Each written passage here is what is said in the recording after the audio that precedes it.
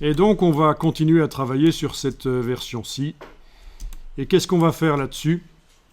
Eh bien, on va éventuellement mettre une ombre, un effet d'ombrage. On va choisir parmi toutes ces formes une des formes qui n'est pas trop foncée. N'essayez pas sur celle-là, ce ne serait pas génial. Si vous en avez une noire, par exemple, comme moi. On va plutôt essayer sur une forme comme celle-ci, qui n'est pas trop foncée. Et on va aller dans la palette Aspect, ajouter un nouveau fond. Vous activez le fond actuel pendant que votre forme est sélectionnée. Vous activez le fond actuel et vous allez cliquer... Non, vous allez dans le menu de la palette Aspect, dans le menu de la palette Appearance. Si vous avez la version anglaise, vous allez demander « Ajouter un nouveau fond ». Et voilà, il est arrivé là. Il est identique à celui qui était juste là avant. Donc c'est celui-là. Le fil.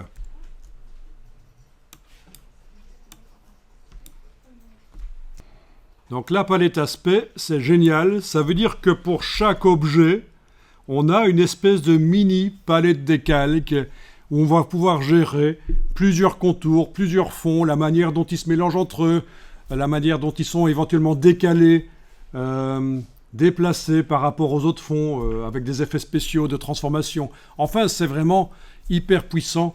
Et c'est typique, ceux qui ont appris Illustrator très tôt dans l'histoire de Illustrator, puisque c'est un logiciel qui date quand même de 1987. Si vous allez dans le menu Aide à propos de Illustrator sur le PC ou menu Illustrator à propos de Illustrator sur le Mac, vous voyez, première version d'Illustrator 1987, c'est un logiciel très vieux.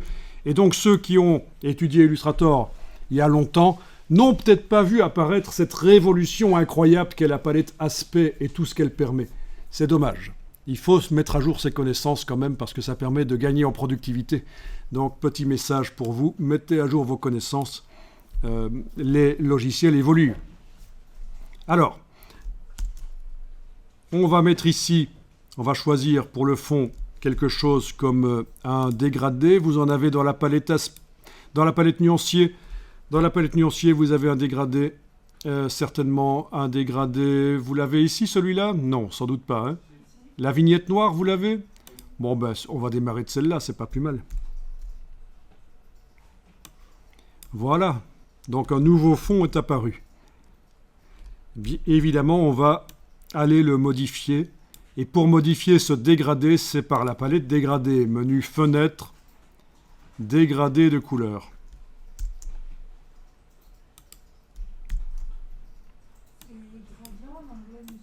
Oui, gradient en anglais. Window gradient. Alors, petite parenthèse, il y a quelque chose qui ne va pas.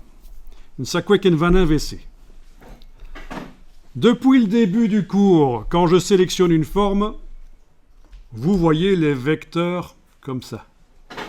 Chez moi. Par contre, chez vous, il y a un cadre. Et personne ne m'a fait remarquer que c'était différent chez vous de chez moi. Ça, c'est pas normal. Vous auriez dû le dire. C'est moi qui, par hasard, l'ai vu. Donc, dans le menu Affichage, si vous demandez Hide Boundary Box, masquer le cadre de sélection, dans le menu Display, Hide Boundary Box, menu Affichage, masquer le cadre de sélection, vous êtes comme moi avec les vecteurs qui apparaissent quand on sélectionne la forme avec la flèche noire. Et si on veut le cadre de transformation, il suffit d'activer l'outil de transformation manuel et il est là. Donc moi, je vous conseille d'utiliser Illustrator comme ça, de désactiver cette fonction de cadre de sélection, le cadre de transformation qui apparaît systématiquement quand on active une forme. Autant voir les vecteurs. Ok. Alors, ici, le dégradé. Voyons un peu ça.